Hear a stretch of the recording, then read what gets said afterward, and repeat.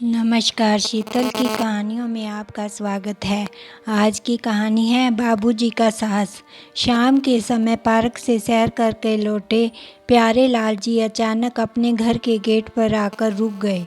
उन्हें फिर से वही नज़ारा याद आ गया जब उनका पोता दीपू इसी गेट से रोता चिल्लाता हुआ हॉस्टल भेजा गया था। अश्रु पूरित आंखों से वे घर के गेट को निहारने लगे। अपने प्यारे पोते की चीखें अभी तक उनके कानों में गूंज रही थी। माँ का रोब भरा चेहरा और पिता की गुस्से भरी निगाहें देखकर वह बोल रहा था, आखिर कौन सी दुश्मनी निकाल रहे हैं आप मुझसे? मैंने आपका बिगाड़ा ही क्या था जो आप मुझे अपने से दूर कर रहे हैं? फिर अपने दादा का हाथ पकड़कर लिपट कर बोला था, दादाजी, मैं आपको बहुत प्यार करता हूँ। मुझे मालूम है आप मुझसे मिलने ज़रूर आओगे। एक आप ही तो हो जो मुझे बहुत प्यार करते हो। लेकिन दादाजी, आपकी भी कोई इस घर में कहाँ सुनता है। ये लोग इतने पत्थर दिल हैं कि किसी दिन यह लोग आपको भी घर से निकाल देंगे। 12 वर्षीय पोते दीपू की बातें उनके अंतर मन को झकझोर रही थी। कभी प्यारे लाल जी एक सफल व्यवसायी हुआ करते थे। अपनी मेहनत और लगन से अपार संपत्ति अर्जित की थी उन्होंने। अपने इकलौते पुत्र सुमित के लालन पालन में कोई कमी नहीं रखी थी उन्होंने। माँ की ममता तथा पिता के संरक्षण ने सुमित को भी एक सफल व्यवसायी बना दिया था। परंतु 3 साल पहले हुए एक्सीडेंट के कारण प्यारे लाल जी कुछ समय के लिए चलने से लाचार हो गए थे और उन्हें अपना व्यवसाय छोड़कर घर बैठना पड़ा। परंतु इस दौरान उनकी पत्नी ने उनकी खूब सेवा की, जिसके कारण वे फिर से अपने पैरों पर चलने लगे थे। परंतु कुछ समय बाद ही उनकी पत्नी चल बसी। पत्नी के जाने के बाद अकेलेपन से परेशान होकर जब उन्होंने वापस अपना व्यवसाय संभालना चाहा, तब तक सुमित उस पर पूरी तरह से अधिकार जमा चुका था। अपने पिता को उसने साफ साफ कह दिया था कि इस उम्र में आपको दुकान पर आने की कोई आवश्यकता नहीं है।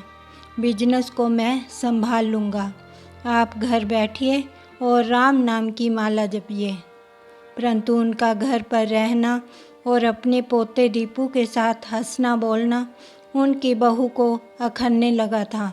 पत्नी के निधन के बाद अकेले हो चुके प्यारे लाल जी ने अपने पोते पर अपना सारा प्यार उड़ेलना शुरू कर दिया था। लेकिन उनकी बहू को यह बात कतई बर्दाश्त नहीं थी। पिताजी के साथ रहते हुए मेरा बेटा दीपू बिगड़ता जा रहा है, इस बात का हवाला देते हुए उसने दीपू को हॉस्टल भेजने की जिद ठान ली। लेकिन अब पोते को अलग होते देख प्यारे लाल जी का मन चित्कार कर उठा था। उनके द्वारा इस बात का विरोध करने पर जो शब्द बहू ने उन्हें बोले थे, उन्हें आज भी याद हैं। आप हमारे और हमारे बेटे के बीच में कुछ ना ही बोलें तो ही अच्छा है। आपके लाड प्यार के कारण ही यह बिगड़ता जा रहा है। उसके लिए क्या अच्छा है और क्या नहीं, यह हम भली भांति जानते हैं। इसमें हमें आपकी सलाह की आवश्यकता नहीं है।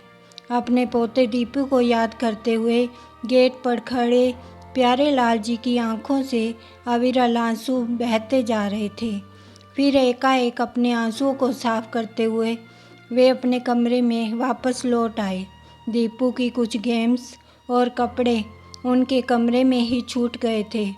प्यारे लाल जी इन्हीं चीज़ों को देख देख कर अक्सर उन आनंददायक क्षणों में पहुंच जाया करते थे जब दीपू उनसे लिपटकर अपनी प्यार भरी बाहें उनके गले में डालकर कहता था, दादाजी, कुछ अच्छे चुटकुले सुनाओ ना, कोई नई पहेली पूछो ना। दीपू को गए 10 दिन बीत चुके थे। प्यारे लाल जी जो अपने पोते दीपू के साथ डाइनिंग टेबल पर बैठकर खाना खाया करते थे, अब अपने कमरे में ही खाना खाने लगे, क्योंकि उन्हें पता था कि डाइनिंग टेबल पर अपने पोते की खाली कुर्सी देखकर वे अपने आंसुओं को रोक नहीं पाएंगे। दीपू के घर से जाने के बाद से उन्हें कुछ अनहोनी की आशंका होने लगी थी। एक दिन उन्होंने बहू को कहते हुए सुना, ना भाई, मैं उनसे यह बात कहने नहीं जाऊंगी, और वैसे भी उन्हें तो मेरी हर बात कांटों की तरह ही चुभती है। हमारे बीच जो तय हुआ है वो तुम जाकर उन्हें कहोगे।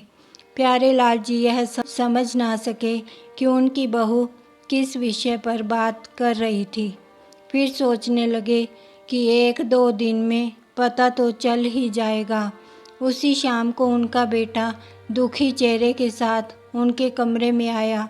उन्हें लगा कि उनके बेटे को अपनी गलती का एहसास हो चुका है और वह दीपू को वापस लेने जा रहा है। परंतु सुमित ने जो कहा उसे सुनकर प्यारेलाल जी की आंखें फटी रह गई। सुमित ने कहा, पिताजी, मैं जानता हूँ कि पहले माँ के अचानक निधन के बाद और अब दीपू के जाने के बाद से आप बहुत अकेले हो गए हैं। इसलिए आपकी बहू और मैंने सोचा है कि आप वृद्धाश्रम ही चले जाएं तो बेहतर होगा। वहाँ पर आपको अपने हम उम्र दोस्त भी मिल जाएंगे और मन भी लगा रहेगा। आप सुख सुविधाओं की चिंता बिल्कुल मत कीजिएगा। और फिर खिसियानी हंसते हुए बोला, हम दोनों तो देख रेख के लिए आपके मैनेजर हैं। प्यारेलाल जी अवाक पागलों के समान अपने बेटे का मुंह ताकते रहे। थोड़ी देर के लिए उनका दिमाग सुन्न हो गया, परंतु जल्दी ही उनका स्वाभिमान जाग उठा और गर्दन उठाकर कहने लगे, ठीक है बेटा, तुम दोनों ने सोचा होगा तो ठीक ही होगा। वैसे भी अब मेरी ज़रूरत कहाँ रह गई है तुम्हें। अपमान का घूंट पीकर प्यारेलाल जी की आंखों से विवशता के आंसू टपकने लगे। थोड़ी देर की चुप्पी के बाद सुमित फिर से बोला, इसी शहर में नया आश्रम खुला है जहाँ सुख सुविधा का इंतज़ाम किया है। बड़े बड़े लोग अपने माता पिता को छोड़कर जाते हैं यहाँ। आपको भी यहाँ बहुत अच्छा लगेगा।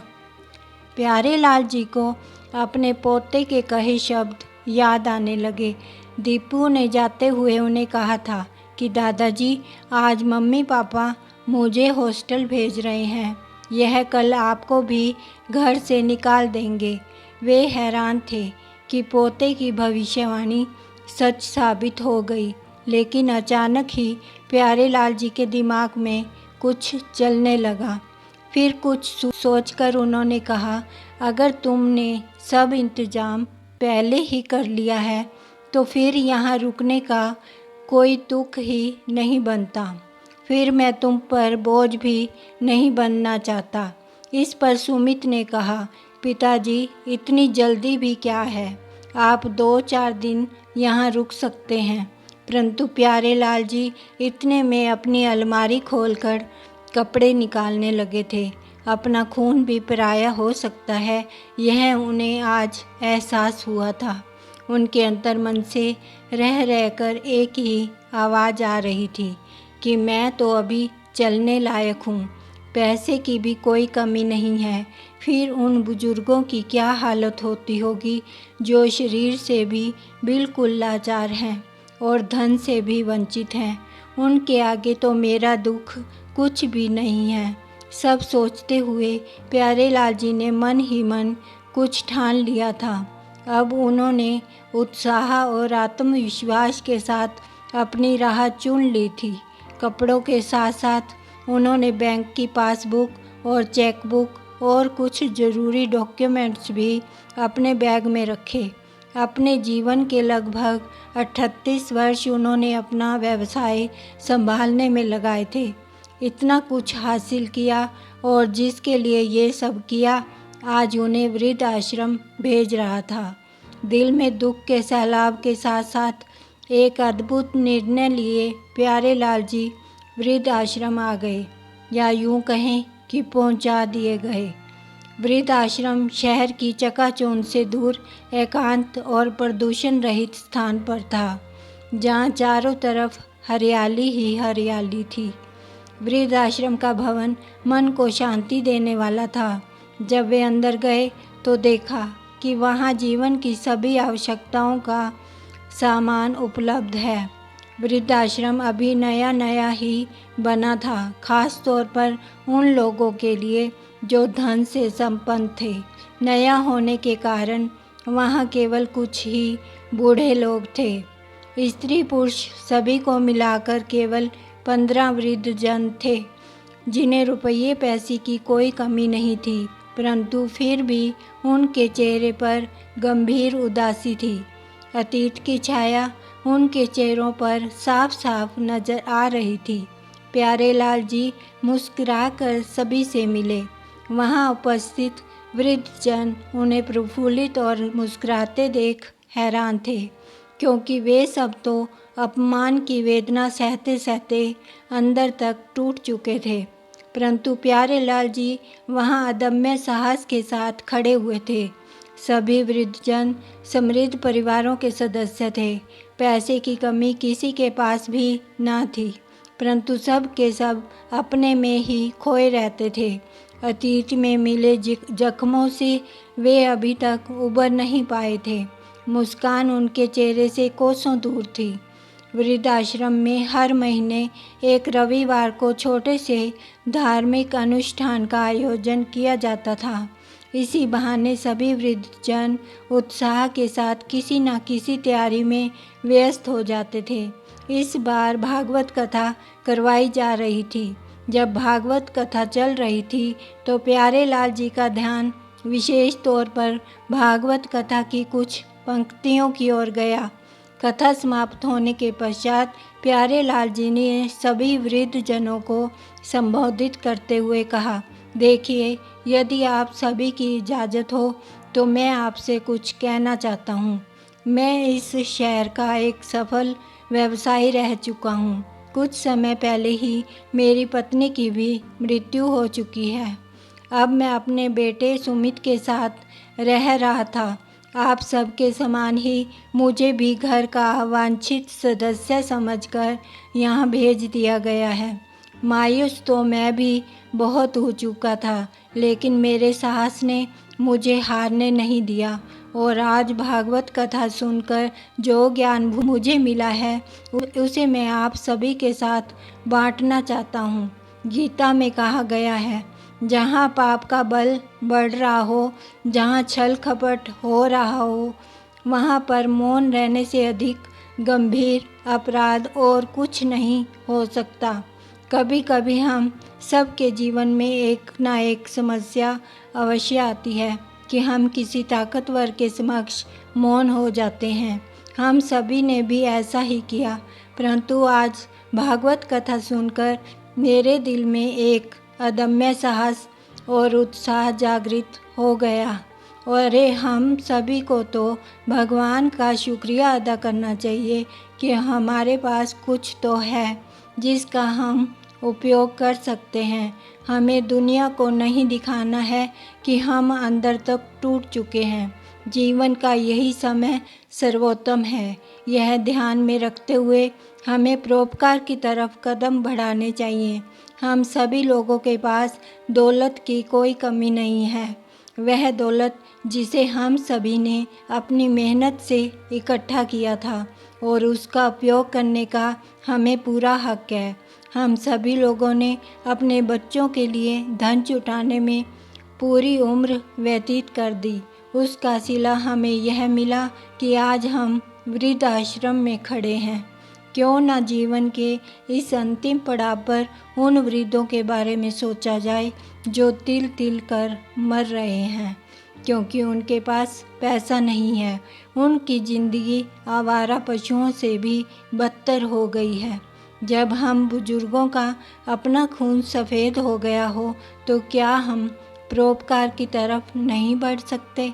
यदि हम एक दुखिया व्यक्ति को उसके अंतिम समय में शांति और सुख प्रदान करते हैं तो इससे बड़ा नेक कार्य तो कोई और हो ही नहीं सकता।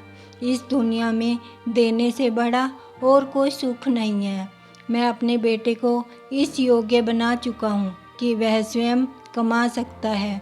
मेरा खड़ा किया हुआ व्यवसाय आज उसके हाथों में है, परंतु मैं इतना तो कर ही सकता हूँ कि मेरी अर्जित की हुई बाकी संपत्ति मैं उन वृद्धों पर खर्च करूँ जो पैसों की कमी के चलते इस वृद्ध आश्रम में नहीं रह सकते, जिनकी जिंदगी सुविधाओं से रहित वृद्ध आश्रमों में रहकर बद से बदतर हो चुकी है। जो वृद्धजन कार्य करने में समर्थ होंगे, हम उनसे वह कार्य करवा सकते हैं जिस कार्य को करने में उनकी रुचि होगी, ताकि वह स्वयं को ना तो किसी दूसरे पर आश्रित समझें और ना ही किसी हीन भावना से ग्रस्त हो पाएं। यदि हम अपने धन का प्रयोग दुत्कारे हुए वृद्धजनों को नवजीवन देने के लिए प्रयोग करें तो इससे क्या सभी को संतोष और प्रसन्नता नहीं होगी? यह सब सुनकर उन वृद्धों के मुरझाए चेहरों पर संतुष्टि के रेखाएं खींचने लगी। वृद्ध आश्रम का पूरा हॉल तालियों से गूंजने लगा, क्योंकि आज तक तो खाली बैठे बैठे वे अपने अतीत को ही चलचित्र की भांति देख रहे थे, परंतु आज वे अपने अस्तित्व की शक्ति का आभास करके उत्साहित थे। सभी लोग बारी बारी से बोल उठे कि हमारी तो बहुत बड़ी बड़ी कोठियाँ हैं, हम उन्हें वृद्धों का निवास स्थान बनाने के लिए जरूर देंगे और ऐसी जगह का निर्माण करेंगे जहाँ ऊंच नीच और जात पात का कोई भेदभाव नहीं होगा। प्यारे लाल जी की आंखें खुशी के कारण गीली हो गई। उन्हें एहसास हुआ कि अब इस मुहिम में वह अकेले नहीं हैं, उनके साथ 15 अन्य लोग भी हैं। सभी वृद्धजनों की आंखें आत्मविश्वास से चमक रही थी। शाम के समय जब अन्य वृद्धजनों के साथ प्यारे लाल जी भी खाना खाने बैठे तो अपने पोते दीपू को याद करके उनकी आंखें आंसुओं से छलक पड़ी।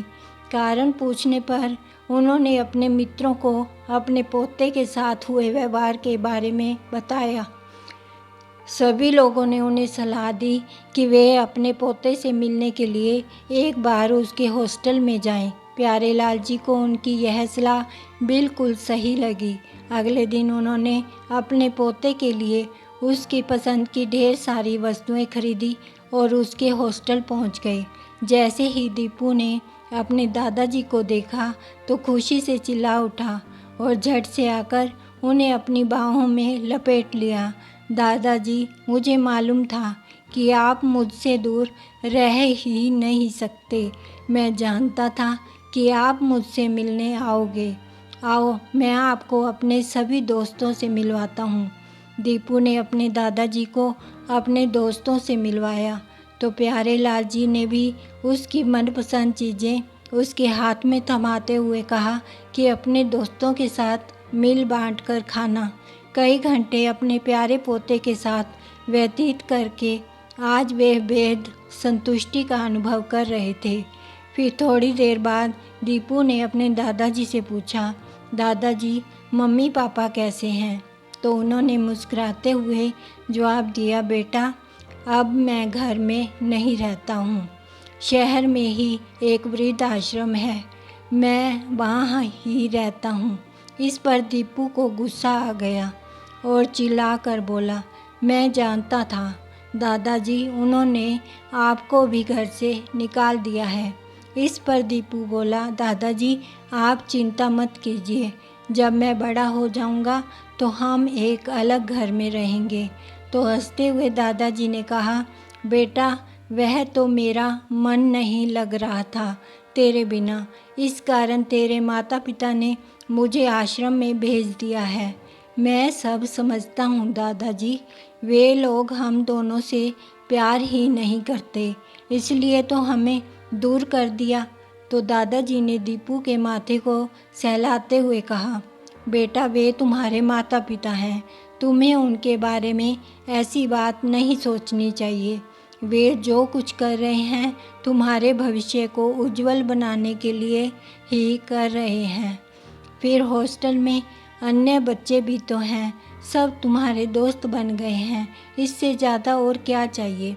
फिर दीपू एकटक अपने दादाजी की तरफ देखने लगा और मासूमियत से बोला, दादाजी आपका घर कहाँ है, मुझे भी देखना है। तो प्यारे लाल जी की आंखों में एकाएक आंसू आ गए।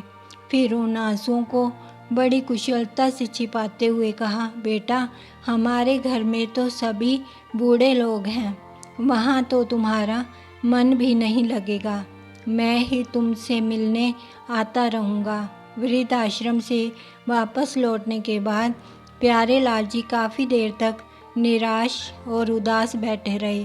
फिर एकाएक उनके मन से आवाज़ उठी कि भावुकता में रहकर मुझे अपना लक्ष्य नहीं भूलना है।